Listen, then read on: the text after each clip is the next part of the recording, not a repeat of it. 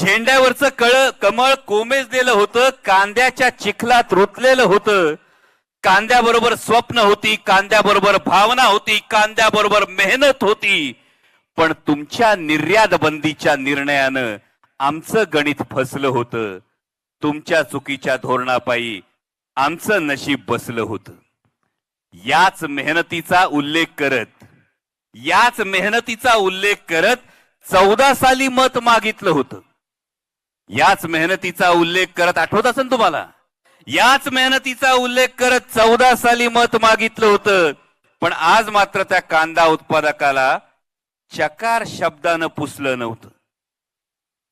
शेतकऱ्यांना डांबून ठेवून, तुम्ही शेतकऱ्यांना डांबून ठेवून आमचा आवाज दबणार नाही. कमानीवरचं नाव झाकलं तरी पवार साहेबांचं काळजावरचं नाव पुसणार नाही.